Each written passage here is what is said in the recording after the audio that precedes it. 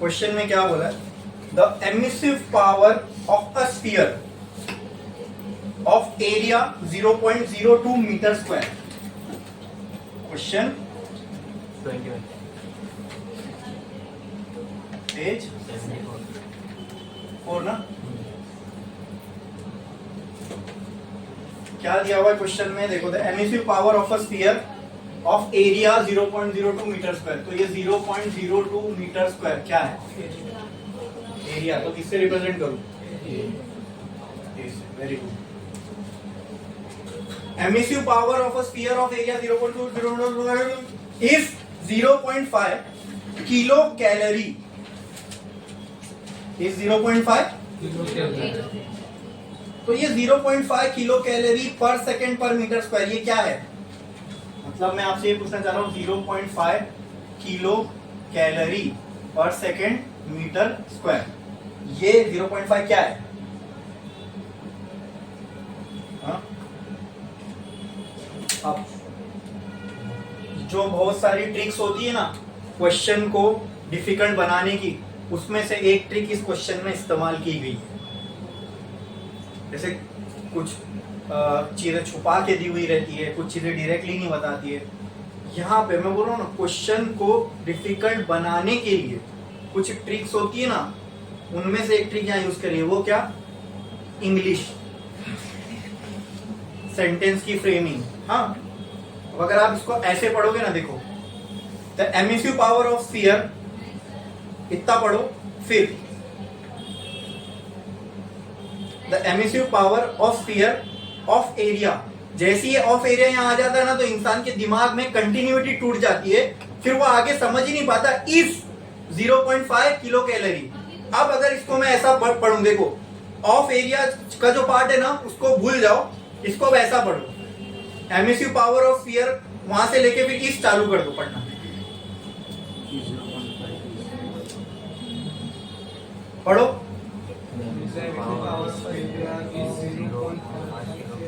अब क्या दिया हुआ है वो? अब कैसे समझ में आया? अब कैसे समझ में आया? क्या दिया हुआ? 0.5। उसको किससे रिप्रेजेंट करूं? हाँ, बोलो ना, छोटा। हाँ, कौन सा वाला ही? तो जो मैंने बोला था वो बात आप भी उस पर एग्री करते हो कि हाँ सर, यहाँ पे ना लैंग्वेज को क्वेश्चन के ऐसा घुमाया है कि सामने होते हुए भी नहीं समझ में आ रहा है कि वो एमिसिव पावर है। अब मैंने जैसे उतना पार्ट आपको बोल दिया मत पढ़ो, तो आप कैसे फट से बोल दिया एमिसिव पावर है? तो ये एक तरीका है क्वेश्चन को डिफिकल्ट बनाने का बोर्ड वालों का। ये एंट्रेंस में भी बहुत अच्छे से होता है। एंट्रेंस में सबसे ज्यादा जो सवाल की डिफिकल्टी वो इन्हीं वजह से होती है। क्वेश्चन की लैंग्वेज को इस तरीके से घुमाया जाता है ना कि इंसान समझ ही नहीं पाए कि गिवन क्या है। और मैंने क्या बोला, आपने 70% प्रॉब्लम सॉल्व कर ली अगर आप क्वेश्चन पढ़ के गिवन निकाल लिए, है ना। मतलब आपने सॉल्यूशन का एस भी नहीं लिखा, आपने सिर्फ क्वेश्चन पढ़ा और आप उसमें से जो दिया हुआ है वो निकालने में सक्षम हो गए, सक्सेसफुल हो गए, तो आपने 70% प्रॉब्लम सॉल्व कर ली। मैं ये नहीं कह रहा हूं कि आपको गिवन लिखने पे 70% मार्क्स मिलेंगे, मेरी बात को गलत इंटरप्रिटेशन में मत लेके जाना। मैंने कहा 70% आपने प्रॉब्लम, और ये रियलिटी है। उसके बाद आपका माइंड आपको खुद सोल्यूशन की तरफ ले जाएगा, समझे। तो वो जीत गए आप। अगर 70% आपने क्वेश्चन को सॉल्व कर लिया तो 70% आप सक्सेस हो गए। बाकी 30% कोई बड़ी बात नहीं। जब आपने वो कर लिया तो खुद ब खुद आपके दिमाग में आएगा कि आप क्या करना है मेरे को। आई बात समझ में? ठीक है। तो ये कुछ चीजें होती है जो कि क्वेश्चन में की जा सकती है उसको डिफिकल्ट बनाने के लिए। तो थोड़ा ऐसा जब क्वेश्चन आए तो उसको कॉन्सेंट्रेट करो, समझो कि अभी जैसे मैं यहाँ था बताने के लिए, बोर्ड में तो नहीं रहूंगा, लेकिन अभी बता दिया कि ये तरीका हो सकता है। तो एक बार देख लेना, क्वेश्चन की लैंग्वेज तो कुछ ऐसी नहीं है जिसकी वजह से हमारे समझ में नहीं आ रहा है। अब अगर ऐसे क्वेश्चन को पढ़ूंगा, देखो, the emissive power of a sphere of area, मतलब ये कैसा बोल रहा है मालूम है क्वेश्चन, बजाय ये बोलने के कि एमिसिव पावर स्फीयर की इतनी है, कैसा बोल रहा है, एमिसिव पावर एक स्फीयर की जिसका एरिया ये है इतनी है, समझे। तो तुम क्या पढ़ते पढ़ते फिर वो कंटिन्यूटी टूट जाती है दिमाग में। समझे? तो समझ के बाहर चला जाता है, फिर वो एरिया तक समझ में आता है, बाकी नहीं समझता है। ठीक है, तो ये आपका अटेंशन मैंने इस तरफ इसलिए लेके आया कि मालूम होना चाहिए कि इस तरीके से क्वेश्चन को डिफिकल्ट बनाया जा सकता है। एटलीस्ट दिमाग में रहेगा, तो थोड़ा सा दिमाग कोशिश करेगा कि कभी कोई क्वेश्चन नहीं समझ में आया तो इसको थोड़ा डिकोड करो लैंग्वेज को, समझे? पढ़ते हैं आगे। तो ये समझ में आ गया। What is the amount of heat radiated? What is the amount of? अब बताओ, ये कौन बताएगा क्या निकालना है? What is the amount of heat radiated? Heat radiated, heat radiated, हाँ क्या निकालना है? हाँ तो वो तो पता है, हीट रेडिएटेड निकालना है। तो लिखू कैसे? वेरी गुड, चलो लिखू कैसे उसको? हीट रेडिएटेड निकालना है तो क्या क्या सिंबल लगाओ यहाँ? स्मॉल। हीट रेडिएटेड निकालना है मतलब हीट एमिटेड, तो उसके लिए क्या लिखूं यहाँ? बोलो बोलो। वेरी गुड, क्या? वेरी गुड, एकदम सही। क्या? Q is equal to Q. हाँ Q, अब बोलो formula. Q equal to QT नहीं, Q इज इक्वल टू कुछ नहीं भाई, एमिसिव पावर दी हुई है, Q निकालने बोला है। क्या कोई ऐसा फॉर्मूला है Q का जिसमें एमिसिव पावर आती है? याद करो, पावर रेडिएटेड इक्वल टू था एक फॉर्मूला। पावर रेडिएटेड का फॉर्मूला था, याद करो या देख के बताओ चलेगा? Q is equal to in terms of emissive power, बस आपको एक ऐसा फॉर्मूला, हाँ हीट। Q निकालना ये अच्छा टाइम क्या देखो आगे कुछ दिया है क्या? 20 सेकेंड। 20 तो ये क्या हो सकता है? Time.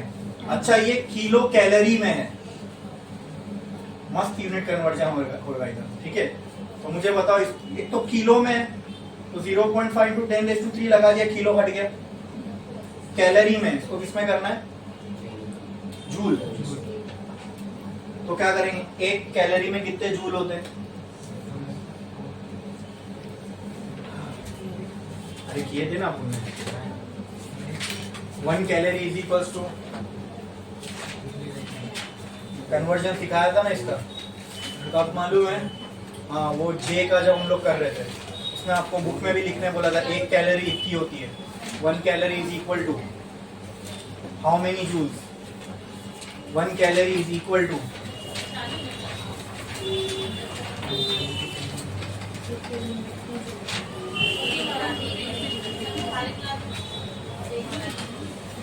One calorie is equal to how many joules? Specific heat निकाले थे, मेयर्स रिलेशन, वहां जाके देखो, मेयर्स रिलेशन पे मिलेगा। 4.1. वेरी गुड, क्या? Very good, 4.183। तो ज्यादा नहीं, अपन उसको 18 तक ही रखते हैं। 4.18 मल्टीप्लाई कर दिया, अभी किसमें आ गया?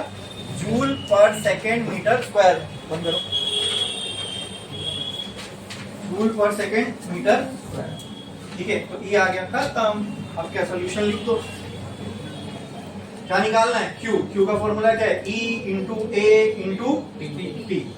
ठीक है, तो Q will be equal to E का E क्या है? E क्या है? 0.5 इंटू 10⁻³ इंटू 4.18 इंटू A कितना है? 0.0, T कितना है? 20। इसको सॉल्व करोगे तो आपका आंसर आ जाएगा। समझे? समझा कि नहीं समझा? क्लियर? अब बुक में इसका आंसर किलो कैलोरी में दिया होगा। मैंने क्या बोला, मैं अपन अपना रूल फॉलो करेंगे, वो कैलोरी में ना, अपन अपना रूल फॉलो करो। जब तक बोलता नहीं कि ये यूनिट में निकालो, तब तक क्या करो, चुपचाप ऐसा यूनिट में निकाल लो। क्योंकि एग्जाम में जब आप बैठोगे और क्वेश्चन आपके सामने होगा, तब आपको दिमाग में आएगा क्या, एग्जामिनर जो चेक करने बैठा उसके पास सोल्यूशन कौन सी यूनिट में, वो आपको पता होगा क्या? नहीं, यहाँ तो आपको पता है, देख रहे हो। तो अपने को अपन जो सही है वो करेंगे, तो उस केस में अपन कहीं गलत हो ही नहीं सकते। ठीक है ना? तो ये कंफ्यूजन लेके ही नहीं चलने का। तो कैलोरी मेरे को, अपने को सिर्फ एक ही चीज याद रखना, जब भी प्रॉब्लम सॉल्व करो आंसर ऐसा यूनिट में होना चाहिए। जब भी प्रॉब्लम सॉल्व करो आंसर ऐसा यूनिट के लिए सारी चीजों को पहले ऐसा यूनिट में ही करना पड़ेगा ना।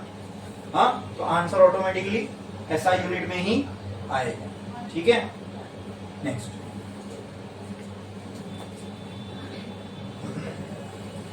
The temperature of a black body, कौन सा है question? Find the temperature of a black body. हाँ, 25, पेज 74, चलो बताओ इसमें क्या दिया हुआ है। Find the temperature of a black body, एक ब्लैक बॉडी है उसका टेम्परेचर निकालना है ना। अब देखो नॉर्मल किसी भी इंसान के सामने जाके अगर आप बोल तो ब्लैक बॉडी, क्या समझेगा वो ये इंसान? कोई बॉडी होगी जिसका कलर ब्लैक है ना। लेकिन इस चैप्टर के पढ़ने के बाद और एक साइंस के स्टूडेंट होने के नाते, मतलब साइंस के स्टूडेंट से भी कोई लेना देना था, लेकिन ये चैप्टर पढ़ने के बाद आपको ये क्लियर हो गया ब्लैक बॉडी का मतलब क्या है ना। ब्लैक बॉडी एक आइडियल चीज है, ठीक है, एक आइडियल कॉन्सेप्ट है, जिसको हम कंसीडर करते in order to study radiations and various phenomena of radiation. ठीक है, क्यों? क्योंकि ये सारी की सारी हीट जो है जो भी इस पे डालो वो एब्जॉर्ब कर लेता है। ठीक है, तो बस बहुत सारे कंसेप्ट को समझने में आसानी होती है, इसलिए हमने एक इमेजिनरी बॉडी कंसीडर कर ली which is a black body. Is it black in colour? ठीक है, उसका कलर ब्लैक नहीं होता, उसकी प्रॉपर, क्योंकि ब्लैक कलर जो कलर होता है, काला कलर, उसकी प्रॉपर्टी है कि वो सबसे ज्यादा हीट अब्जॉर्ब करता है। इसलिए ऐसी बॉडी जो पूरी की पूरी हीट अब्जॉर्ब कर रही है उसको हमने नाम दे दिया ब्लैक बॉडी। वो ब्लैक कलर की होती है, ये ट्रू नहीं है। ठीक है, black body can be of any colour. अच्छा हाँ, इसमें मैंने आपको ना एक चीज बताना भूल गया। दो टाइप के मटेरियल होते हैं, कैसी समझ लो मेरे से। एक होता है एथर्मिनस मटेरियल और एक होता है डाई एथर्मिनस मटेरियल। तो एक काम करो, इसको ना आप लिख भी लो। जैसे लाइट के केस में एक मटेरियल होता है ट्रांसपेरेंट और ओपेक, समझते हो? ट्रांसपेरेंट मटेरियल वो होता है जिसमें से लाइट आर पार जा सकती है, और ओपेक मटेरियल वो होता है जिसमें से लाइट आर पार नहीं जा सकती। जैसे वो ग्लास ट्रांसपेरेंट है, ये दीवार ओपेक है, ये ग्लास और ये मटेरियल ओपेक है। समझे? जैसे wood is opaque, this glass is transparent. ठीक है, तो उसी तरह हीट के केस में भी है, जिसमें से हीट आर पार हो सकती है उसको एक नाम दिया गया है, और जिसमें से हीट आर पार नहीं हो सकती उसको एक नाम दिया गया है। ठीक है, तो लिखो उसका डेफिनेशन, आपको बता दूं।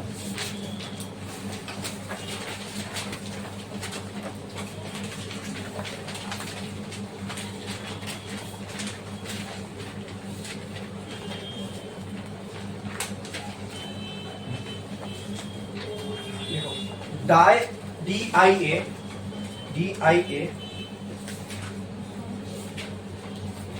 THER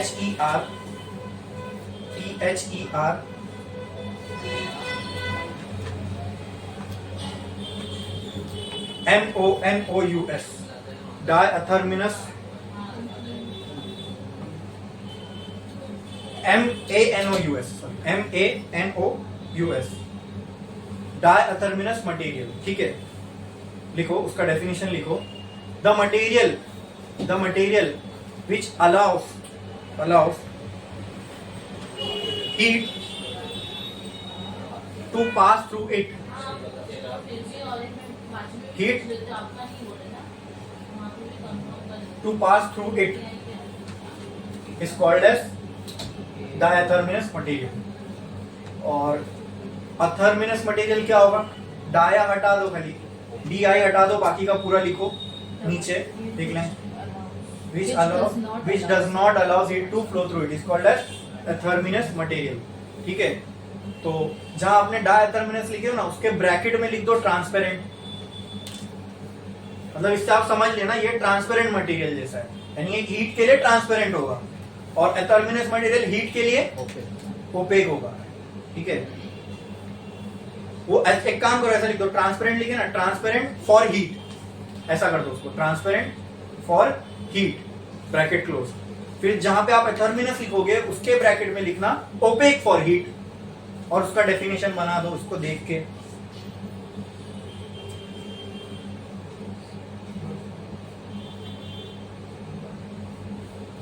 एथर्मिनस मटेरियल के ब्रैकेट में क्या लिखोगे? Opaque for heat. और उसका डेफिनेशन क्या होगा? The material which does not allow heat to pass through it is called as athermanous material. ठीक है,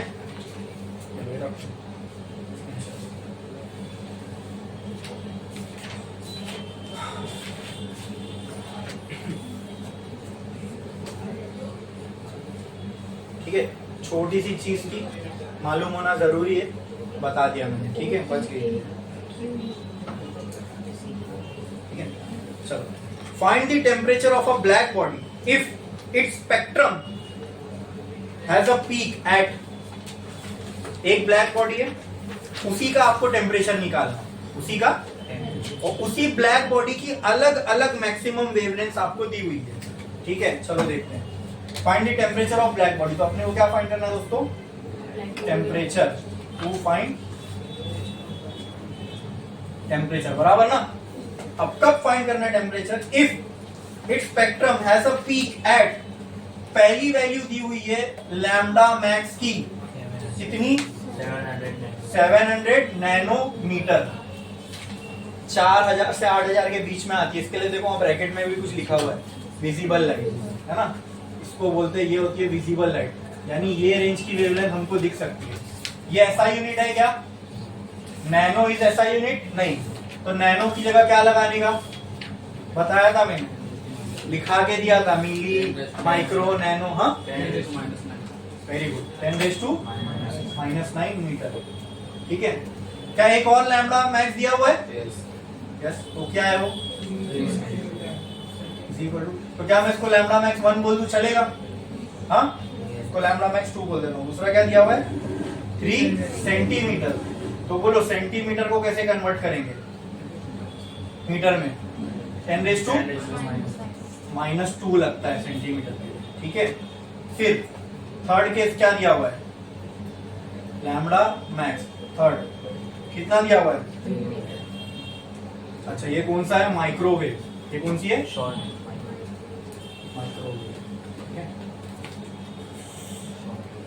नेक्स्ट है 3 मीटर। मैंने आपको अगर याद होगा बताया था, सबसे ऊपर में गामा रेज होती है इलेक्ट्रोमैग्नेटिक वेव्स में, फिर एक्स रेज, अल्ट्रावायलेट रेज, फिर विजिबल लाइट, फिर इंफ्रारेड, फिर माइक्रोवेव और फिर रेडियो, बराबर। तो मैंने आपको ये भी बोला था, जब ऊपर से नीचे आएंगे तो वेवलेंथ बढ़ती है ना। 4000 से 8000 की विजिबल लाइट होती है, तो जैसे जैसे नीचे आ रहे हैं तो वेवलेंथ बढ़ रही है। तो आप गौर करो, पहला नंबर किसका है? माइक्रोवेव का, उसके बाद रेडियो। तो आपको इसकी यूनिट से समझ में आएगा। देखो, माइक्रोवेव कितनी है? 3 × 10⁻² मीटर, और ये मीटर में, यानी माइक्रोवेव रेडियो वेव से 100 गुना छोटी है। दिख रहा है आपको? 2 जीरो का फर्क है ना, यानी ये वेव इस वाली वेव से 100 गुना छोटी है। समझे? जैसे जैसे नीचे जाते हैं ना, जो इलेक्ट्रोमैग्नेटिक वेव्स, उनकी वेवलेंथ बढ़ती जाती है। तो आपको इसमें दिख भी रहा होगा। और इसको कंपेयर करूंगा तो जो जगह ये 70,000 करोड़ गुना छोटी है इससे। देखो ना, 2 और लाइन है, 9 हो गया बिलियन, मतलब 2 जीरो लगा दो इधर। तो करोड़ बनाने तो कितनी होगी? 7, 2 यहाँ फेंकना पड़ेगा, 70,000 ही हो जाएगा। चलो, इतना इम्पोर्टेंट नहीं है, बस एक स्केल देना था आपको कि इतने, एक ही लाइन, एक ही चीज है, इलेक्ट्रोमैग्नेटिक वेव ही है, लेकिन किसी की वेवलेंथ कितनी कम है और किसी की इतनी ज्यादा है। तो 2 फाइंड करना है अपने को। देखो, जब लैम्बडा ये होगा तब टेम्परेचर कितना होगा? हमने देखा था ना ग्राफ, ब्लैक बॉडी का स्पेक्ट्रल डिस्ट्रीब्यूशन, उसमें हमने देखा था हर टेम्परेचर के लिए ग्राफ अलग था, और टेम्परेचर के लिए ग्राफ अलग है तो उसके लिए तो लैम्बडा मैक्स की वैल्यू थी, वो भी अलग आ रही थी ना। तो ये लैम्बडा मैक्स के लिए टी की वैल्यू आएगी, उसको मैं बोल देता हूं, ये लैम्बडा मैक्स के लिए क्या टी की वैल्यू यही आएगी जो यहां थी? हाँ, सेम आएगी। तो इसके लिए जो वैल्यू आएगी लेट इट बी, और इसके लिए जो वैल्यू आएगी थर्ड वाले के लिए, उसके लिए भी। अरे समझा क्या नहीं? वो ग्राफ याद है कि नहीं? ये वाला। हाँ, एक बार लैम्बडा मैक्स ये था, फिर लैम्बडा मैक्स ये था, फिर लैम्बडा मैक्स ये था, बराबर। यहाँ टेम्परेचर 1000, यहाँ 2000, यहाँ 5000, टेम्परेचर बढ़ रहा है तो लैम्डा मैक्स की वैल्यू चेंज हो रही है ना, मतलब लैम्डा मैक्स डिफरेंट है तो टेम्परेचर भी तो यहाँ लैम्डा मैक्स तीनों में डिफरेंट है तो टेम्परेचर की वैल्यूज भी तीनों केस में अलग आएगी। समझ में आया? तो अब मुझे बताओ कैसे निकालूं मैं केस 1। केस 1 मतलब मुझे T1 निकालना है, तो T1 कैसे निकलेगा बताओ? एग्जैक्टली खत्म। एक ही तो फॉर्मूला है जिसके अंदर लैम्डा मैक्स और टी आते हैं, क्या है? Wien's displacement law. तो वे according from Wien displacement law we can write lambda max is inversely proportional lambda max is equals to 1/2। तो टी निकालना है ना, तो टी क्या हो जाएगा? T is equals to 1 by lambda max. तो टी की T1 लैम्डा मैक्स, तो T1 कितना आ जाएगा बोलो? 1 upon lambda max 700 into 10 to the power of minus. इसको सॉल्व करोगे आपको T1 मिल जाएगा केल्विन में। हाँ, फिर आएगा केस। सर हाँ बोलो। यहाँ पर वेन्स कांस्टेंट की भी वैल्यू है। अरे हाँ 1 नहीं है, यहाँ पे क्या है? बी है, बी।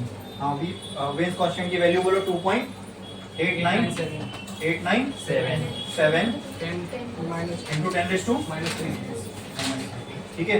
हाँ तो इसको सॉल्व करोगे तो आपको T1 पहले केस के लिए मिल जाएगा। मतलब ये टेम्परेचर पे ब्लैक बॉडी से जो रेडिएशन निकलेगी उसमें सबसे ज्यादा नंबर ऑफ रेडिएशन ये वेवलेंथ की होगी। इसका मतलब ये है हाँ कि ना? ठीक है। Next case, case 2। इसमें लैम्डा मैक्स कितना दिया हुआ बोलो? 3 इंटू 10⁻²। फिर से ये वेन्स डिस्प्लेसमेंट लॉ अप्लाई कर दो। T2 is equal to b by lambda max 2। तो T2 will be equal to how much? 2.897 into upon, तो सॉल्व करोगे टी की वैल्यू आ जाएगी हाँ T2 की वैल्यू आ जाएगी समथिंग केल्विन। फिर क्या आ जाएगा? केस 3। यहाँ पे लैम्डा मैक्स 3 कितना दिया हुआ है? 3 मीटर है। ठीक है।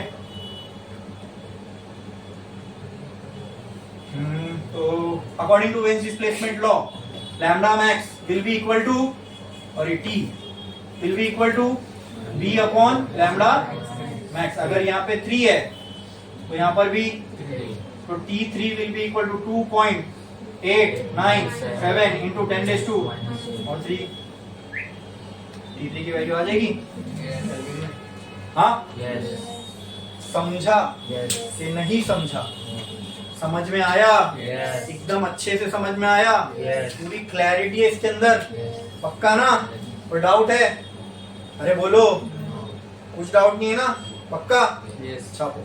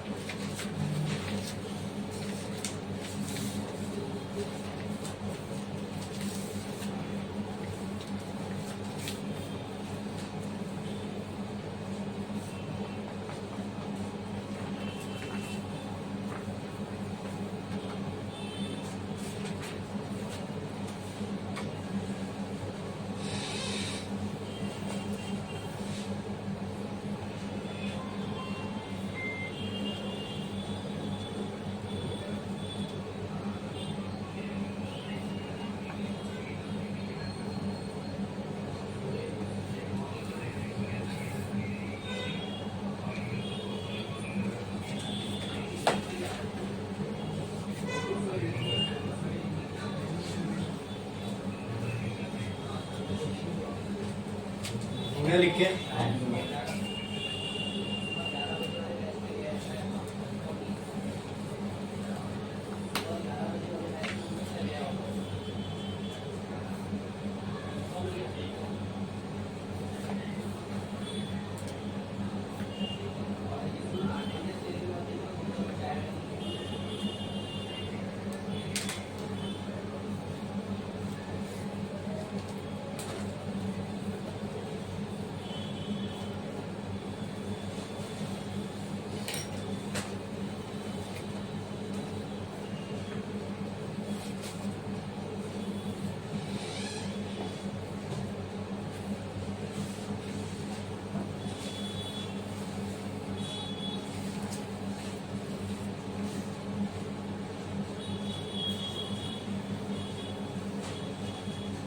Q is equal to E A T, ये जो फॉर्मूला है इसमें टी क्या है? टेम्परेचर ना। Yes. तो फिर यहाँ मैंने सेकंड्स में क्यों पुट किया? तो बताओ सेकंड्स को केल्विन में कैसे कन्वर्ट करेंगे? लिखा नहीं है मैंने यहाँ पे। टी इक्वल टू कितना दिया था? 20 सेकंड। हाँ तो बताओ ये टेम्परेचर है ना, तो सेकंड से केल्विन में कैसे कन्वर्ट करेंगे? छोटा हाँ तो क्यू ए टी में जो स्मॉल टी है that stands for time. Time है ना भाई, कंफ्यूज क्यों हो रहे हो गया लिख के? ये पार्ट हो गया।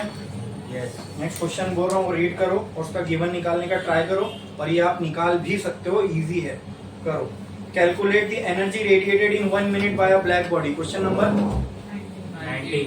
हाँ पेज नंबर 74. हाँ, इसका गिवन लिखने का ट्राई करो सब।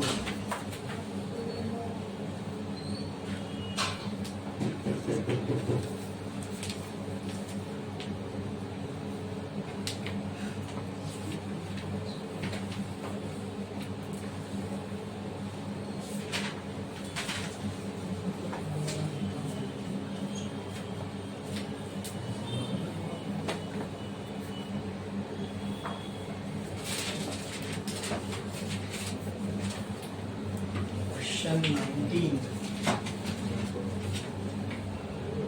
page 74. इसका गिवन चलो क्या बोला है क्वेश्चन में, मेरे को बताओ। Calculate the energy radiated in 1 minute. क्या फाइंड करना है दोस्तों आपको? एनर्जी रेडिएटेड यानी क्या है ये? एनर्जी रेडिएटेड का मतलब क्या? जो एनर्जी, तो एनर्जी किसके फॉर्म में एमिट होती है बॉडी से? हीट के वेरी गुड। तो यहाँ एनर्जी रेडिएटेड निकालना है, मतलब हीट रेडिएटेड ही निकालना है। तो किससे रिप्रेजेंट करोगे? क्वेश्चन को बस थोड़ा सा ट्विस्ट किया है, हीट को एनर्जी बोल के, बट हम लोग को मालूम है ना? यस, अरे वाह, मजा आ गया। नहीं समझ में आ रहा है यार आप लोग को? It is a form of, exactly ये सुनना था मेरे को, it is a form of. तो हीट रेडिएटेड बोलने की वजह एनर्जी रेडिएटेड बोला है ना? तो जिनको कंसेप्ट मालूम है, क्लैरिटी है, वो गलत करेंगे ही नहीं। तो क्या क्या निकालना है यहाँ पे? क्वेश्चन मार्क क्या निकालना है? Very good. आगे क्या बोला है? इन 1 एनर्जी रेडिएटेड निकालना है कितने कितने टाइम के लिए? मतलब यहाँ 1 मिनट दिया हुआ है। 1 मिनट क्या है ये? किसकी वैल्यू है? Small T small T. तो मिनट इज एसआई यूनिट। हाँ एसआई यूनिट है मिनट। तो एसआई यूनिट क्या है टाइम की? तो 1 मिनट में कितने सेकंड होते हैं? तो हो गए एसआई में कन्वर्ट, खत्म। Next, calculate the energy radiated in 1 minute by black body of surface area 100 centimetre square. Area कितना? ये क्या दिया हुआ? Centimetre square. तो ये क्या है? तो किससे रिप्रेजेंट करूं? ए से। अब बोलो सेंटीमीटर स्क्वायर ऐसा यूनिट है क्या एरिया की? तो क्या है ऐसा unit? 100 into 10 raised to minus 2 metre square. 100 into 10 raised to minus 2 क्या हो गया ये? Metre square. क्लियर है? सेंटीमीटर से मीटर में कन्वर्ट करने के लिए क्या लगाते हैं? Metre square. समझ में आया? क्लियर है? देखो ये किसी को भी नहीं मालूम है, ये गलत किया हमने। वो बोलता हूँ ना, बच्चे जहां जहां छोटी छोटी गलती करते हैं ना, बस ये छोटी छोटी गलती अपने को मालूम हो जाए ना, अपन टॉपर्स में आ जाएंगे, क्योंकि हर एवरेज बच्चा ये गलती करेगा।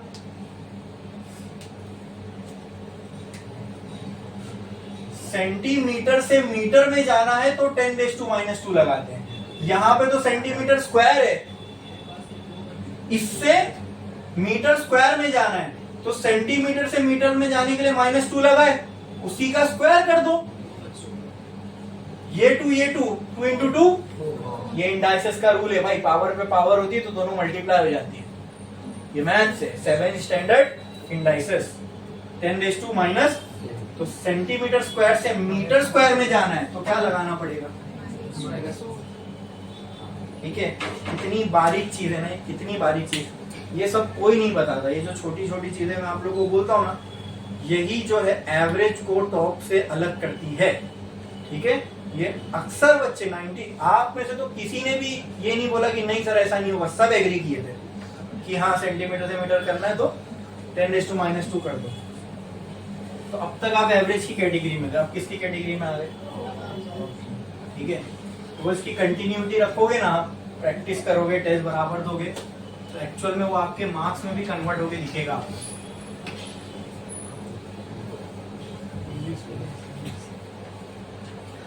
मैं जो यहाँ पे पढ़ा रहा हूँ ना, ये मैं आपकी साइकोलॉजी समझ के पढ़ा रहा हूँ कि आपकी जगह अगर मैं बैठा होता तो मेरे दिमाग में क्या क्वेश्चंस होते, तो वो इतनी छोटी छोटी चीज भी बाकी ना रहे। तो इसके लिए मैं ये सारी चीजें आपको बताता हूँ। ठीक है, ये कन्वर्जन, ये वो, इसमें कोई फिजिक्स नहीं है क्या?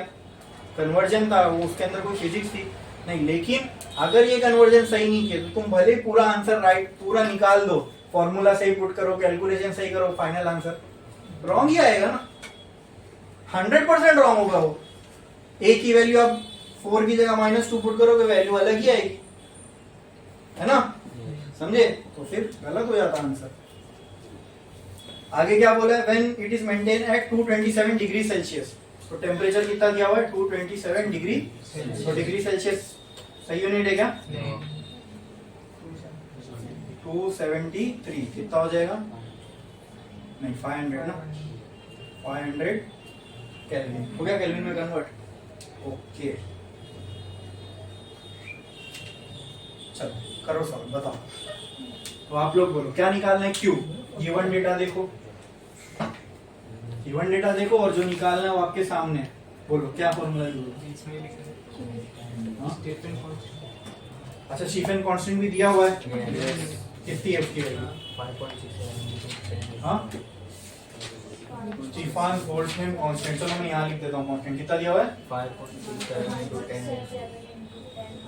10⁻⁻8। हाँ, उसकी लंबी चौड़ी यूनिट है। बोलो, हाँ तो बोलो ना, सॉल्व कैसे करेंगे? गिवन लिख लिए, क्या निकालना है मुझे बताओ, सॉल्व कैसे करोगे? इसको गिवन में डालना, मैं यहाँ जगह नहीं इसलिए मैं नीचे लिखा। बोलो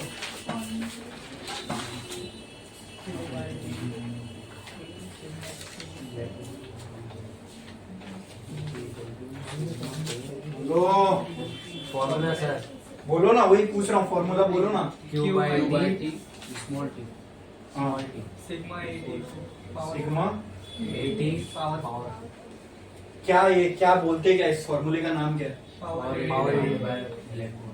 हाँ, तो ये कौन से लॉ से आया था? Stephen Boltzmann। This is the formula for Stephen Stephen Boltzmann law.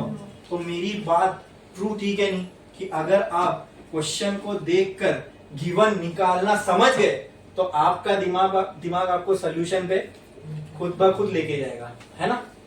जब हमने पूरा चैप्टर पढ़े तो हमको गिवन देख के समझ में आएगा ही कि भाई इसमें कौन सा फॉर्मूला यूज होने वाला है।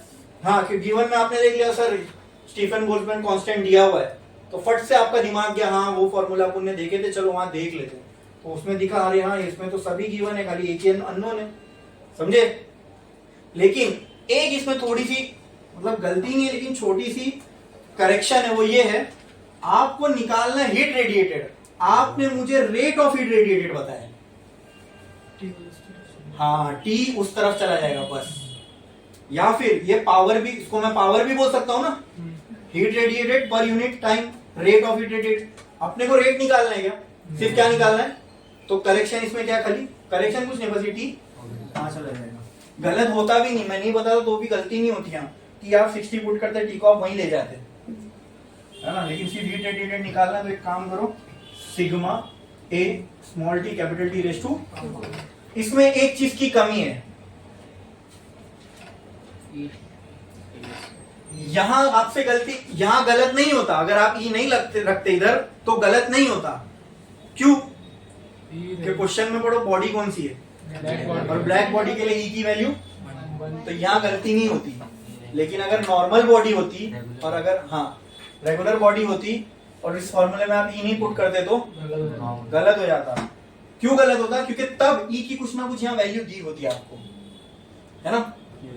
तो हो सकता है उससे आप समझ जाते कि वहां ई पुट करना है, लेकिन फिर भी फॉर अ सेफ साइड ई डालने की आदत रखो। अगर ब्लैक बॉडी है तो ऑटोमेटिकली उसके लिए ई की वैल्यू 1 हो जाएगी, है ना। फॉर ब्लैक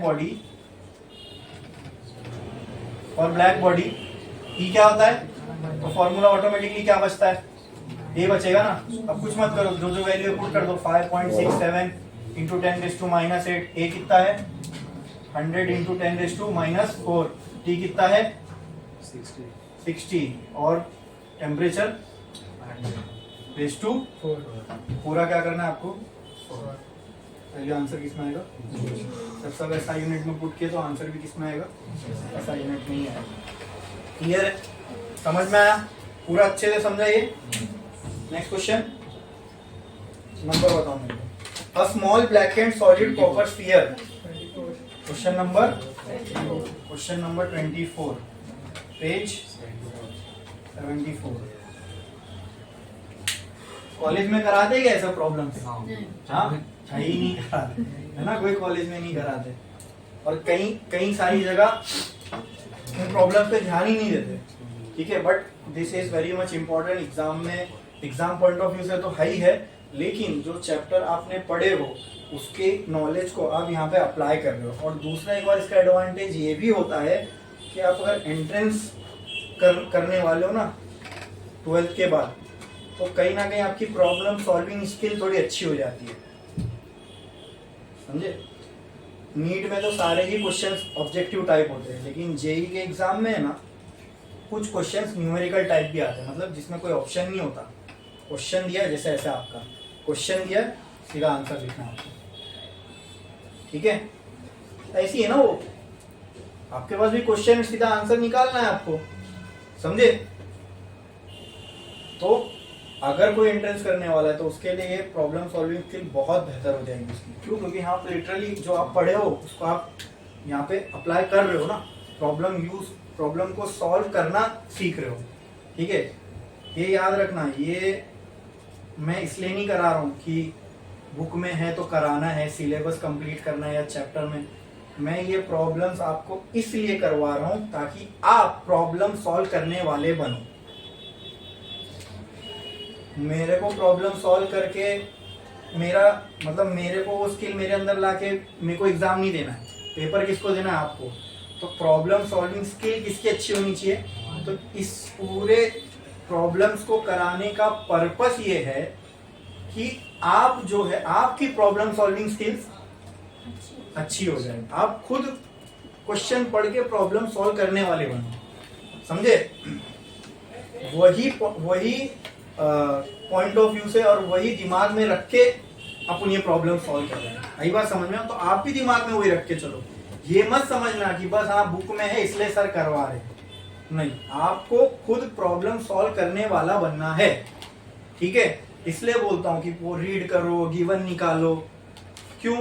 क्योंकि एट लास्ट ये सब चीज किसको करनी है, खुद से आप ही लोगों को करनी है, समझे ना। एग्जाम में कोई नहीं रहेगा ना वहां बताने के लिए, सब क्वेश्चन रीड करके कोई थोड़ी डिक्टेट करेगा।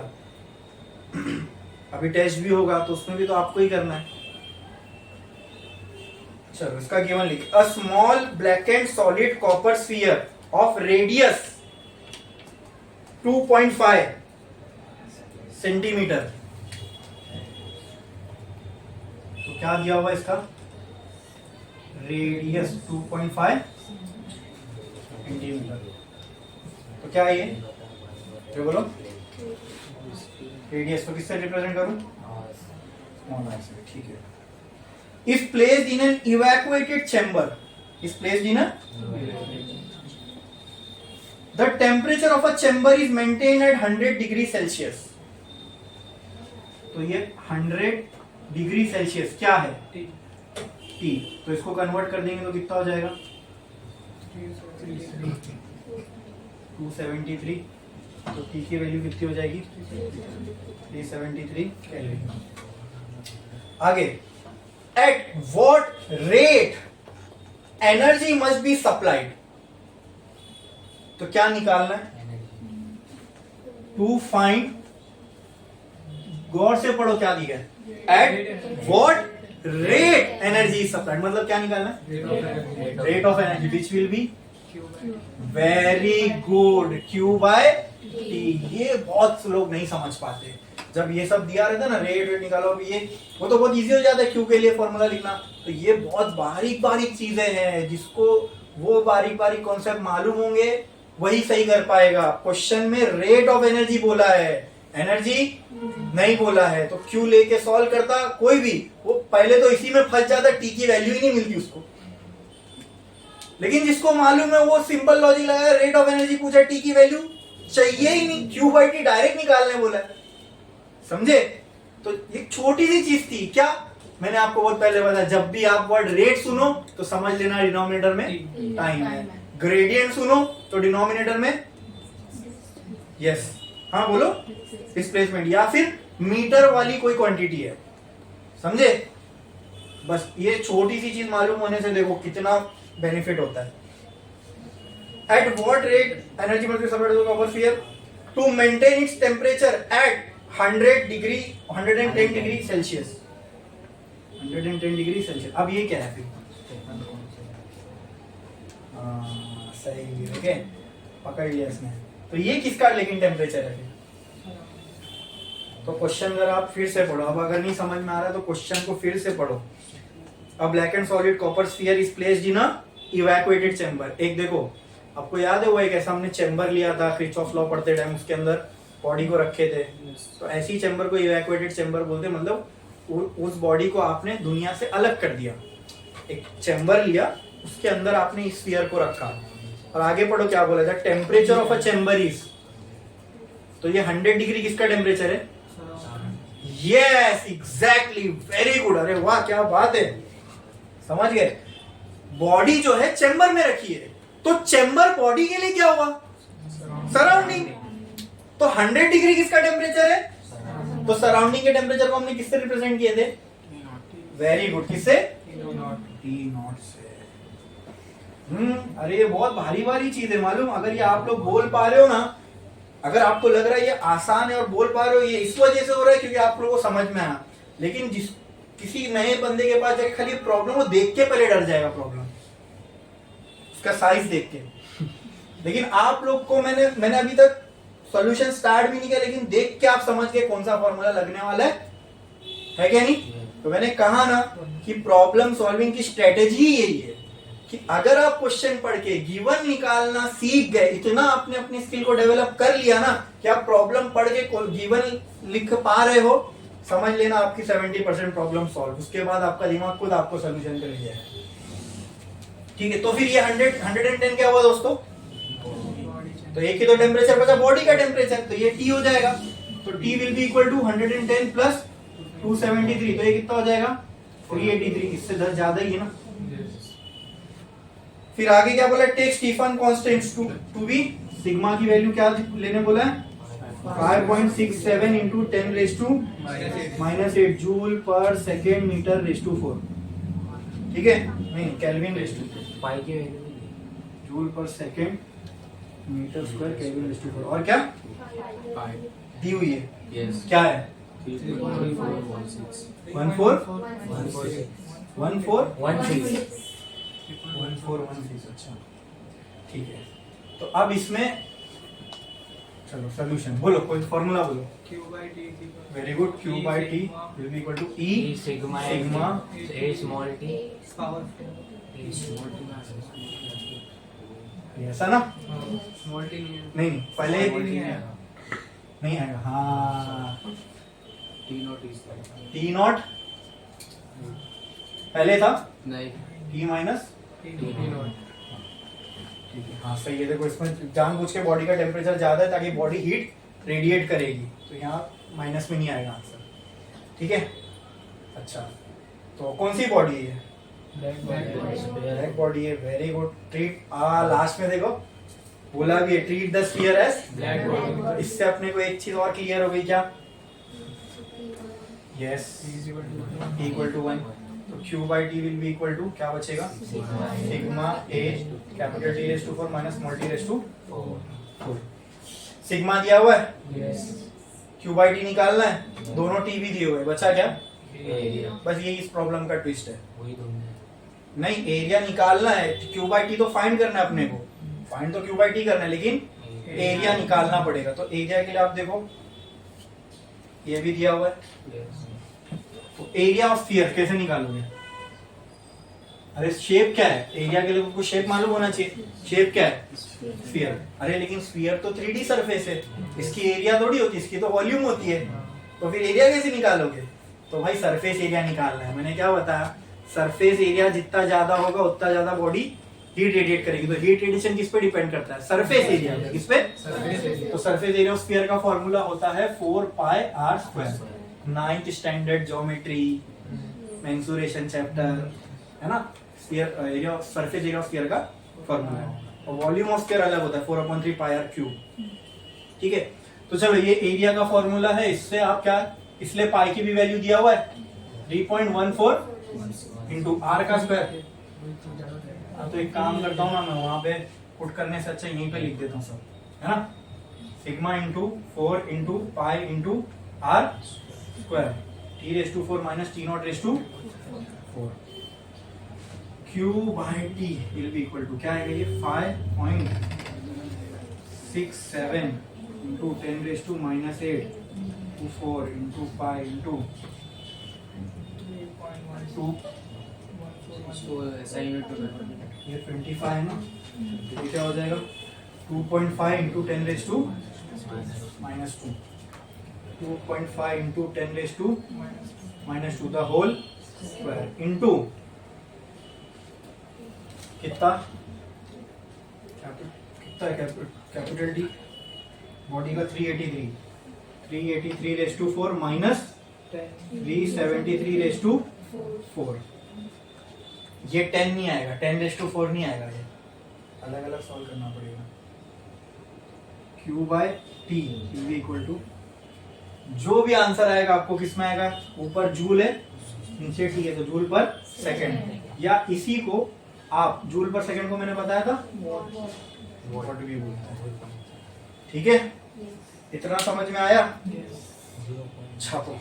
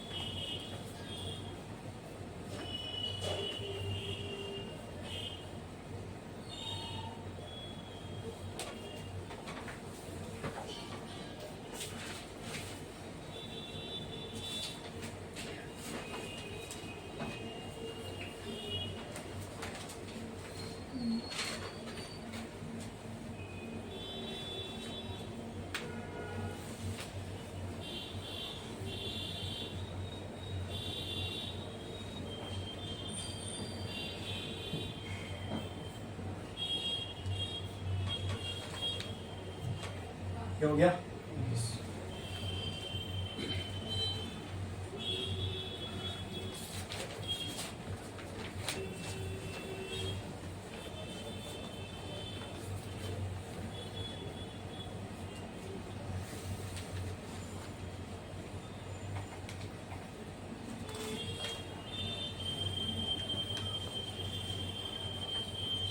जिनका हो गया वो ये वाले क्वेश्चन पे आओ, मुझे बोलो क्वेश्चन नंबर क्या है. Energy is emitted from a hole in an electric 20. Furnace. Question 20. Question number 20 page 74.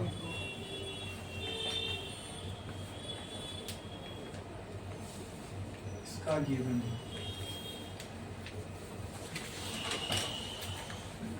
हो गया लिख के सबका. Yes. चलो आ जाओ ये क्वेश्चन पे और बताओ इसमें क्या क्या दिया हुआ है और क्या निकालना है. Energy is emitted from a hole in an electric furnace at the rate of 20 watt. क्या बोला ये? 20 वैट. तो ये क्या दिया हुआ है? Very good. Q by T directly given है. ठीक है. और वैट को अगर ऐसा लिखना है तो आप ऐसा लिख सकते हो Q by T is equal to 20 joule per second. ठीक है. When the temperature of a furnace is 727 degree Celsius, तो टेम्परेचर दिया हुआ है 727 डिग्री सेल्सियस. तो टेम्परेचर को हम किसमें कन्वर्ट करेंगे? प्लस 273, तो कितना आ जाएगा? 1000 केल्विन. आगे what is the area of the hole? Okay, क्या फाइंड करने बोला है? Area of the hole. ठीक है, होल का एरिया फाइंड करना है. और आगे क्या दिया हुआ है? Stefan's constant. तो sigma is equal to 5.7 into 10⁻⁻8 joule per second metre square kelvin raise to 4. तो बोलो कैसे निकालोगे एरिया? कौन सा फॉर्मूला यूज करोगे? Stefan Boltzmann law. Q by T will be equal to E Sigma. A. हाँ चलो E sigma A T. T raise to 4 minus T naught. ये T नॉट वाला यूज होएगा क्या? नहीं. खाली डायरेक्ट T रेज़ टू. ठीक है. अब यहाँ पे खाली एक प्रॉब्लम है. वो क्या? एक अच्छा ये वैल्यू पूरी दी है. ठीक है. ये E की वैल्यू नहीं है. यस. और क्वेश्चन में बोला है क्या ब्लैक बॉडी? अगर ऐसा कोई सिनेरियो आता है जहां पे ब्लैक बॉडी नहीं बोला है तो पहले आप क्या चेक करोगे? E की वैल्यू दी है क्या नहीं. अगर E की वैल्यू गिवन नहीं है क्वेश्चन में, then only consider that body to be black body. समझे? पहला क्या देखो, अगर ब्लैक बॉडी बोला है तो टेंशन ही नहीं. E की वैल्यू 1. अगर ब्लैक बॉडी नहीं बोला है तो आप क्या करोगे? तो E की वैल्यू देखोगे क्वेश्चन में है क्या नहीं, एमिसिविटी है क्या नहीं दी हुई है. अगर ये नहीं है तो फिर अपन जो क्वेश्चन में बॉडी है उसको क्या कंसीडर करेंगे? Black body. तो E की value considering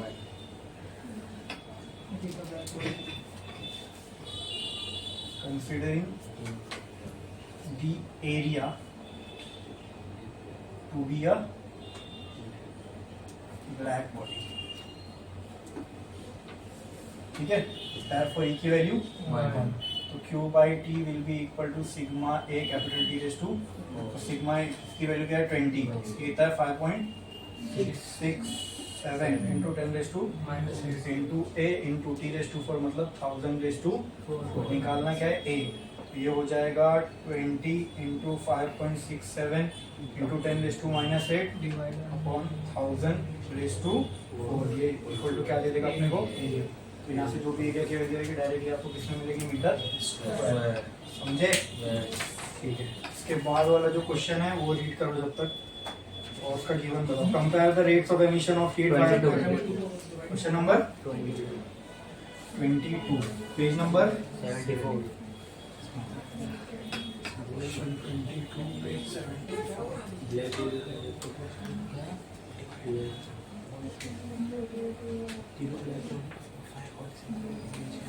question number 22 page 74. इसका क्या लिखना है? बताओ, रीड करो। कंपेयर, फिर से आ गया कंपेयर। इसका मतलब रेशियो। छोटी छोटी चीजें देखो, लेकिन कितना बेनिफिट देती है मालूम होने से। बस कंपेयर बोल दिया मतलब क्या फाइंड करना रहेगा, कुछ ना कुछ का रेशियो। इतना तो पक्का कुछ। तो अब देखना है क्या, जिसको कंपेयर करने बोला उसका रेशियो। तो क्या बोला है, कंपेयर रेट ऑफ एमिशन। तो रेट ऑफ एमिशन निकालना है, तो ऊपर रेट ऑफ एमिशन रहेगा मतलब क्यू बाय ये एक, और नीचे भी क्यू बाय। तो क्यू के दो है, एक को नाम दे दो, एक को दो। Rate of emission of a black body, okay black body है, चलो। Maintain at 727 degree Celsius and at 227 मतलब रेट ऑफ एमिशन निकालना है ब्लैक बॉडी का, और उसी ब्लैक बॉडी के दो टेम्परेचर दिए हुए। एक बार उसका टेम्परेचर कितना है 727, तो 727 प्लस तो कितना हो जाएगा 1000 केल्विन। फिर एक बार उसका टेम्परेचर कितना है, 227 नेक्स्ट टेम्परेचर दिया हुआ है 227 डिग्री, तो T2 की वैल्यू कितनी होगी 227 प्लस 273 कितना 500 केल्विन। वही ब्लैक बॉडी है, एक बार उसका पहला उसका टेम्परेचर कितना था 1000, फिर सेकेंड टाइम पे कितना था 500।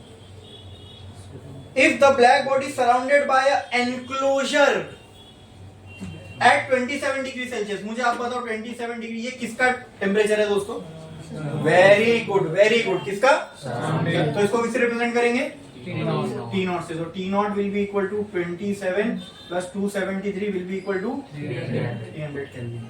यानी क्वेश्चन को समझो, क्वेश्चन में क्या बोला है कि बॉडी ब्लैक बॉडी थी वो 1000 डिग्री पर है और सराउंडिंग 300 पर है। अब इसमें हीट कितनी रेडिएट होगी, ये एक पूछा है। अभी हीट रेडिएट होगी कि नहीं, ठीक है। अब ये सिनेरियो को साइड में रखो, उसी ब्लैक बॉडी को इमेजिन करो 500 पर है और अब सराउंडिंग कितने पे 300, क्या अब भी हीट रेडिएट होगी, टेम्परेचर डिफरेंस। हाँ इतना बोल सकता हूं मैं विद कंसेप्ट, कौन से केस में ज्यादा हीट रेडिएट होगी, फर्स्ट वाले केस में। लेकिन दोनों में हीट रेडिएशन अलग होगा, क्या ये ट्रू है, पहले में दूसरे में, तो बस तुमको कितना होगा वो नहीं निकालना, बस दोनों को रेशियो निकाल के छोड़ देना। कंपेयर करना इसी को तो बोलते हैं, इसमें ज्यादा इसमें कम, तो इसमें कितना इससे ज्यादा हो रहा है या इसमें कितना कम उससे हो रहा है, इसी को तो कंपैरिजन बोलते हैं ना। क्लियर है, समझ में आया, इसमें किसी को कोई डाउट है,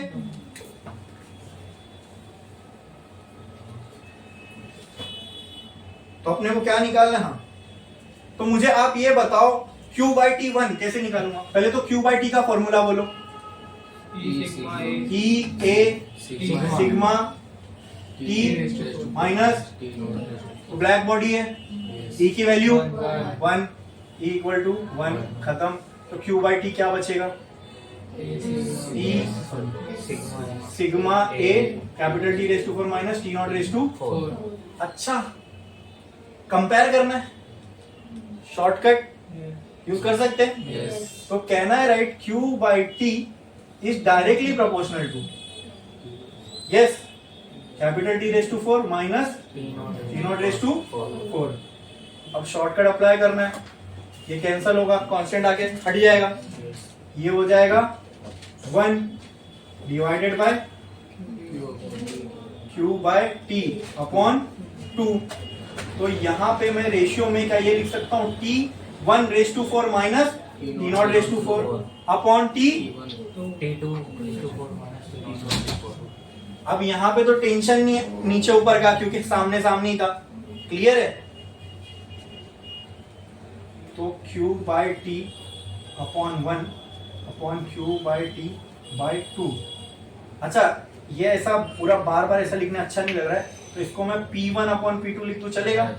Q P1 लिख रहा हूँ, पावर होती है Q/T energy per unit time is power. वो दो उसमें लिखना अच्छा नहीं लग रहा, तो P1 by P2 will be equal to T1 की वैल्यू क्या है, क्या है 1000 raise to 4 minus 300 raise to 4 upon T2 500 raise to minus 300 raise to 4 इसको जब आप सॉल्व करोगे तो आपको P1 by P2 मिल जाएगा, बस वही निकालना, इसकी तो कोई यूनिट नहीं रहेगी, कंपैरिजन ही करना है। समझे?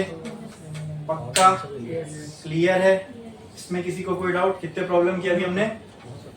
कितने किए? अभी अभी अभी जस्ट 2।